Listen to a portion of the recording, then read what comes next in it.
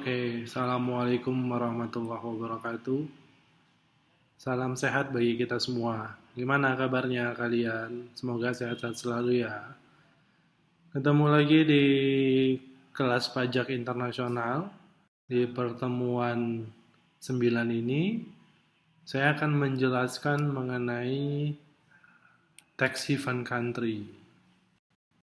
Nah, seperti biasa, saya selalu menyampaikan menggunakan artikel-artikel yang terkait dengan materi yang akan kita bahas di minggu ini. Oke, apa sih tax haven? Ayo, kalau diartiin satu-satu, tax itu pajak, haven itu surga, surga pajak. Iya kah? Nah, ini ada artikel dari DDTC yang mengatakan bahwa tax haven ini semakin akrab di telinga masyarakat akibat adanya kasus Panama Papers yang telah terjadi beberapa waktu lalu. Tax haven ini itu adalah istilah yang menggambarkan suatu negara yang menjadi tempat berlindung bagi wajib pajak, sehingga para WP ini dapat mengurangi bahkan menghindari kewajiban membayar pajaknya atau bisa disebut sebagai surga bagi para pengemplang pajak. Secara umum, tax haven ini diartikan sebagai suatu negara atau wilayah yang mengenakan tarif pajak yang sangat rendah, bahkan sampai 0% atau tidak mengenakan pajak sama sekali dan memberikan jaminan kerahasiaan atas aset yang disimpannya. Oke, kita lihat selanjutnya. OECD menetapkan 4 kriteria untuk mengkategorikan bahwa suatu negara itu tergolong sebagai tax haven country. Yang pertama, dia menerapkan tarif pajak rendah atau 0%. Yang kedua, tidak adanya pertukaran informasi. Yang ketiga, tidak adanya transparansi dalam pemungutan pajak. Yang keempat, tidak adanya persyaratan aktivitas substansial bagi perusahaan. Nah, itu kriteria yang dikatakan negara itu menganut tax haven. Selanjutnya, di pasal 18 ayat 3C Undang-Undang Nomor 7 Tahun 83 tentang PPH, sebagaimana telah beberapa kali diubah terakhir, yaitu di Undang-Undang Nomor 36 Tahun 2008, menyebutkan tax haven country itu sebagai alat perlindungan pajak yang berbunyi sebagai berikut, yaitu di negara yang memberikan perlindungan pajak. DDTC News ini menyebutkan bahwa dari 193 negara yang ada di dunia ini, 16% sampai 34% terindikasi sebagai negara tax haven. Nah, tadi sempat disinggung di sini Panama Papers. Saya pengen sedikit mengulas tentang Panama Papers biar teman-teman pun juga tahu apa sih Panama Papers itu. Nah, apa itu Panama Papers? Data rahasia perusahaan bayangan tahun 1977 sampai 2015. Jadi Panama Papers ini kalau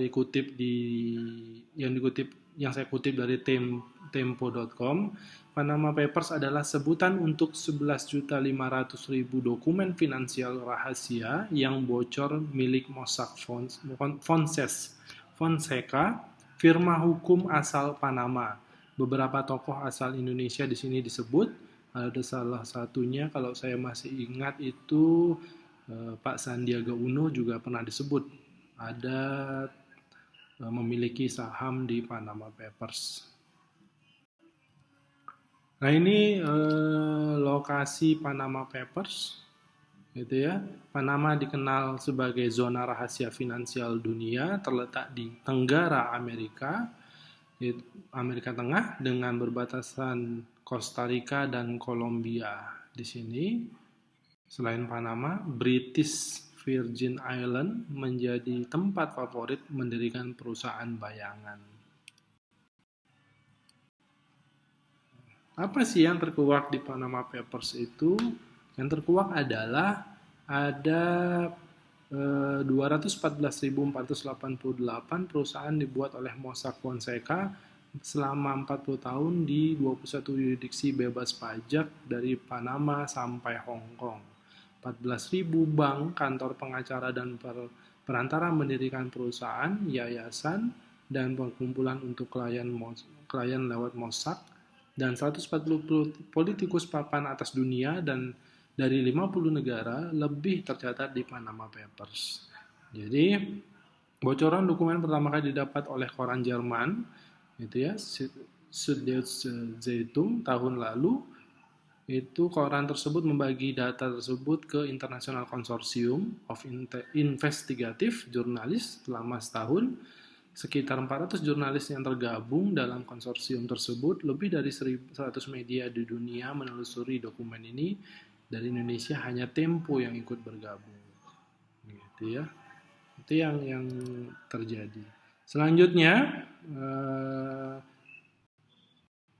di sini ada artikel dari Warta Ekonomi dengan judul Mengintip Investasi Negara Tax Haven di Indonesia. Mohon maaf saya ini kalau ngomongnya sedikit ada yang salah ya. Di sini dikatakan oleh BKPM baru saja merilis data realisasi investasi yang masuk Indonesia selama tahun 2019. Singapura masih menduduki peringkat pertama investor di Indonesia yang diikuti oleh Tiongkok dan Jepang. Satu hal yang menarik perhatian adalah munculnya negara-negara kecil yang lebih dikenal sebagai negara tax haven pada daftar 25 besar investor yang masuk ke dalam negeri. Hal ini memang bukan hal yang baru dan sudah menjadi rahasia umum bahwa negara-negara tax haven menjadi sarang penyimpanan uang karena pengenaan pajak yang rendah atau tanpa pajak sama sekali. Nah ini di sini kita bisa lihat realisasi investasi asing di Indonesia tahun 2019, gitu ya. Peringkat pertama masih diduduki oleh Singapura, sejak tahun 2014 menjadi investor terbesar di Indonesia. Namun yang menarik perhatian dari beberapa negara kecil dan mungkin kurang familiar bagi masyarakat Indonesia.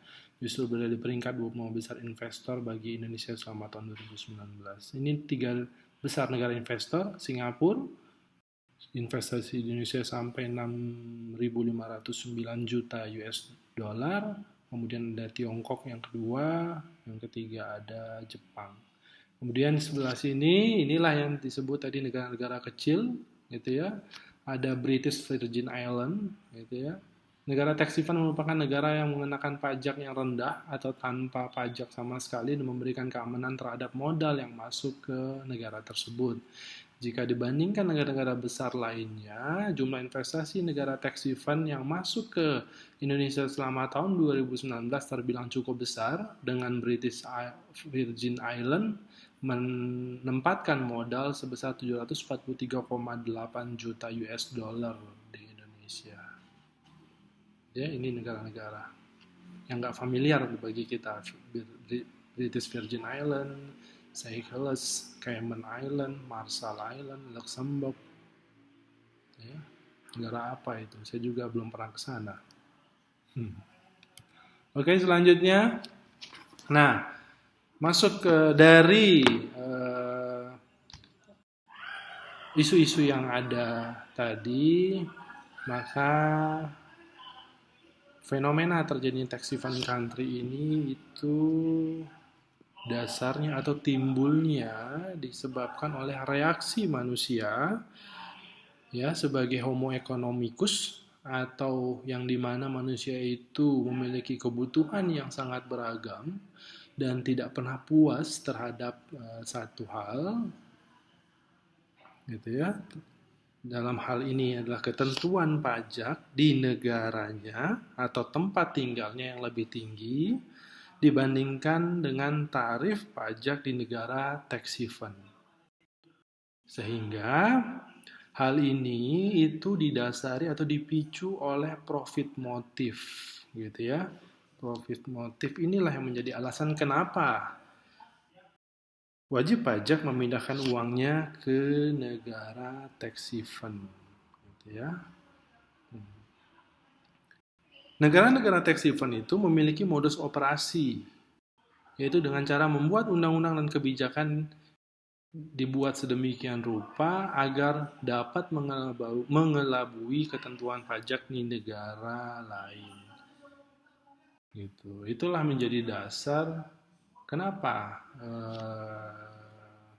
fenomena tax haven ini bagi wajib pajak itu sangat menguntungkan. Karena dasarnya adalah dipicu oleh profit motif. Ya kan, wajib pajak itu ingin mendapatkan untung sebesar-besarnya namun bayar pajak sekecil-kecilnya. Oke? Selanjutnya, ini pengertian tax haven country secara teoritis. Tax haven country adalah kebijakan pajak suatu negara yang dengan sengaja memberikan fasilitas pajak berupa penerapan tarif pajak yang rendah atau bahkan tidak mengenakan pajak sama sekali. Undang-Undang Nomor 36 Tahun 2008 tentang PPH, Pasal 18 Ayat 3C menyebutkan bahwa tax haven adalah negara yang memberikan perlindungan pajak. SE, Surat Edaran Dirjen Pajak Nomor 4 PJ 7/93 menyebutkan bahwa kriteria tax haven adalah negara yang tidak memungut pajak dan memungut pajak lebih rendah dari Indonesia. Berapa pajak di Indonesia untuk perusahaan yang berlaku?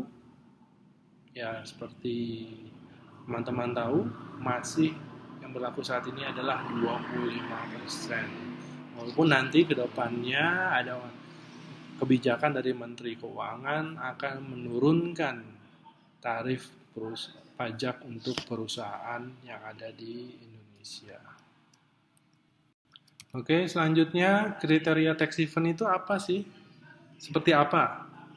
Nah, kriteria tax haven itu pertama tidak memungut pajak dalam nominal tertentu saja, tidak berdasarkan persentase. Ya, kemudian yang kedua tidak ada atau kurang efektifnya mekanisme pertukaran informasi, exchange of information. Yang ketiga, tidak adanya transparansi dalam administrasi pajak, karena memang benar-benar di negara tax haven ini dilindungi, itu informasi-informasi si wajib pajak. Dan yang keempat, adanya kebijakan ring fencing, adanya perbedaan perlakuan perpajakan bagi residen, penduduk tetap, dan non-resident yang bukan penduduk negara tax haven.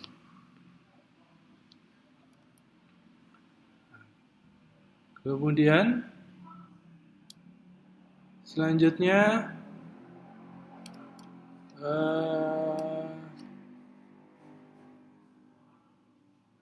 dari kriteria ini kita masuk kepada apa sih kemudahan yang akan didapatkan investor apabila investasi di negara tax haven? Yang pertama adalah kemudahan di bidang perpajakan, kemudian yang kedua rahasia perbankan yang ketat, dan kemudahan di bidang pendirian perusahaan. Nah, inilah yang akan didapatkan oleh para wajib pajak yang menikmati fasilitas di negara tax haven. Jadi kemudian di bidang perpajakan tadi dia dibebaskan dari pengenaan pajak, kemudian rahasia perbankannya itu sangat dijaga, tidak disebarluaskan, kemudian apabila dia mendirikan perusahaan di sana itu sangat diberi kemudahan. Nah, itulah makanya kenapa tadi di negara tax haven itu banyak perusahaan-perusahaan bayangan, itu yang dimana tidak ada operasional di sana tapi hanya perusahaan yang didirikan hanya nama saja untuk mengalihkan pendapatan atau penghasilan ke negara tax haven. Kemudian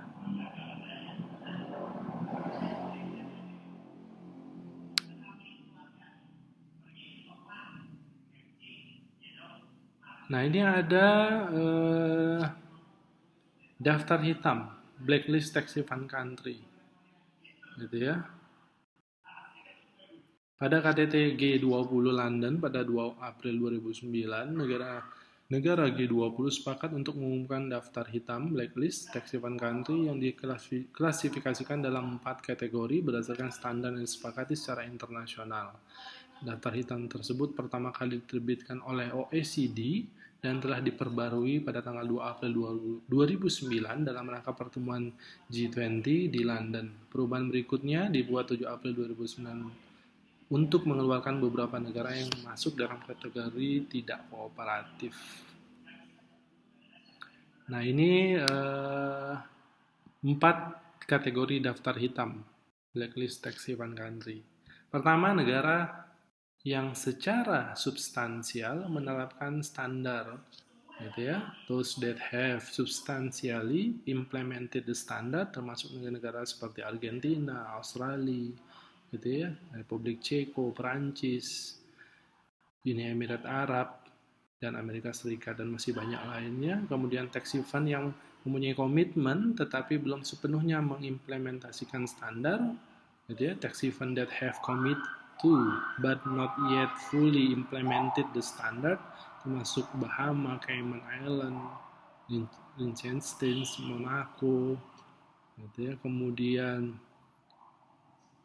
ketiga, pusat-pusat keuangan yang telah berkomitmen tapi belum sepenuhnya mengimplementasikan standar, termasuk Chili, Costa Rica, Singapura, dan mereka yang belum berkomitmen pada standar.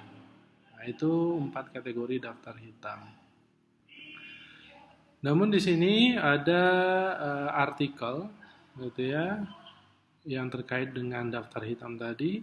Setelah Brexit, gitu ya, Cayman masuk ke blacklist surga pajak.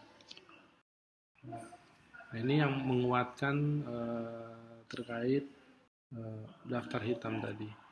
Uni Eropa akan segera memasukkan Kepulauan Cayman, sebuah wilayah luar negeri Inggris, dalam daftar hitam blacklist negara surga pajak. Rencana itu mencuat kurang dari 2 pekan setelah Inggris keluar dari Uni Eropa atau Brexit. Rancangan mandat negosiasi Uni Eropa menginginkan Inggris tetap mempertahankan standar pajak yang tinggi ketika periode transisi berakhir 2020. Adapun Cayman dianggap gagal memperlakukan undang-undang pajak yang sesuai dengan standar Brusel. Ini juga untuk memastikan Inggris menerapkan standar umum yang berlaku di Uni Eropa, termasuk dalam usaha melawan praktik penghindaran pajak dari lembaga kredit dan perusahaan investasi. Kemudian di sini juga di DDTC ini juga menyebutkan bahwa Menteri Keuangan Uni Eropa akan menghapus Belize. Nah, berarti ada negara yang akan dihapus dari daftar blacklist, gitu ya, negara yang berada di Amerika Tengah dari daftar hitam tax haven, gitu ya. Penghapusan Belize terjadi setelah negara ini pada Oktober lalu berkomitmen untuk merevisi undang-undang pajak yang dikenal sebagai Undang-Undang Perusahaan Bisnis Internasional. Informasi yang diaplikasikan Belize harus mematuhi seluruh ketentuan dalam kerjasama pajak. Oleh karena itu, adanya wacana penghapusan ini menunjukkan amandemen aturan yang dilaksanakan telah sesuai dengan kebijakan tata kelola pajak yang baik dari Uni Eropa. Dihapusnya Belize dari daftar hitam negara tax haven membuat terdapat 8 negara dan wilayah yang tersisa dalam daftar tersebut, yaitu Fiji, Oman, Trinidad, Tobago, Samoa, Vanuatu, Samoa Amerika, Guam, dan Kepulauan Virgin, gitu ya. Dan selain Belize, Makedonia Utara juga akan dihapus dari daftar abu-abu. Hal ini lantaran Makedonia telah menerapkan regulasi yang dapat memastikan transfer informasi antara otoritas dengan bank guna melawan penggelapan pajak. Kemudian juga di Uni Eropa sepakat untuk menghapus Uni Emirat Arab dan Kepulauan Marshall dari daftar negara hitam tax haven. Selain itu, Albania, Costa Rica, Mauritius, Serbia, dan Swiss dihapus dari daftar abu-abu. Gitu ya. Oke, selanjutnya adalah negara tax haven ini dibagi menjadi 5, gitu ya. Dalam ilmu teorinya ada sistem bebas pajak, gitu ya. Sistem bebas pajak ini adalah negara yang bebas pajak, gitu ya. Siapa saja akan dibebaskan dari pajak, yang ada hanya semacam bea materai saja, Gitu ya. Siapa negaranya? Yaitu ada Bahrain, Cayman Island, gitu ya, ada Djibouti, dan masih banyak lainnya. Di negara ini itu tidak mengenal pajak badan atau perusahaan, pajak hadiah, PBB, pajak undian, PPN, itu tidak ada di negara ini. Kemudian yang kedua, sistem pajak teritorial. Itu negara yang menerapkan sistem ini terdapat diskriminasi pajak. Gitu ya. Jadi pemberlakuan pajak yang berbeda terhadap pendapatan dari sumber luar negeri dengan pendapatan dari sumber dalam negeri. Siapa yang menerapkan? Negara Hong Kong, Panama, gitu ya, Venezuela, dan sebagainya. Kemudian yang ketiga, sistem pajak rendah. Itu adalah negara yang memberlakukan pajak pada rate atau tarif yang sangat rendah. Biasanya tarifnya berkisar 0% atau sampai 1%. Gitu ya. Negara yang menganut hal ini, sistem ini adalah negara Barbados, Antilles, Belanda. Kemudian yang keempat, sistem pembebanan pada jenis pajak tertentu. Ini maksudnya adalah sistem yang hanya membebaskan pajak tertentu saja dan tidak semua jenis pajak itu dibebaskan. Contohnya negara Irlandia yang membebaskan pajak untuk perusahaan manufaktur dan pemrosesan ekspor. Kemudian yang kelima adalah sistem pembebasan pada perusahaan tertentu saja. Ini maksudnya adalah sistem yang dimana negara-negara yang membebaskan pajak atau setidak-tidaknya memberikan insentif pajak untuk perusahaan tertentu saja. Gitu ya. Contohnya di sini ada Belanda, Singapura yang memberikan insentif pajak pada perusahaan offshore dan holding company yang memenuhi kualifikasi tertentu. Ada juga contoh negara Jamaika yang dimana dia mengurangi pajak bagi perusahaan, gitu ya. Selain itu juga memberikan menyebabkan banyak perusahaan-perusahaan internasional yang mempunyai holding company yang berkedudukan di negara tax haven tersebut. Nah, ini negara yang disebut tax haven country di Indonesia, di Kepmen ke nomor 650 garis miring KMK 04 garis miring 94 pasal 18 ayat 4 Undang-Undang PPH tersirat sebagai tax haven country. Inilah negara-negara yang disebut oleh Indonesia yang kategori tax haven country. Namun, ketentuan ini telah dicabut oleh Peraturan Menteri Keuangan Nomor 256 garis miring PMK 04 garis miring 2008 sehingga saat ini daftar tax haven country menjadi tidak ada. Oke. Selesai, demikian yang dapat saya sampaikan. Mohon maaf apabila ada kekurangan. Apabila ada yang ingin ditanyakan, dipersilahkan teman-teman dapat bertanya kepada dosennya masing-masing. Saya akhiri perkuliahan minggu ini. Terima kasih. Assalamualaikum warahmatullahi wabarakatuh.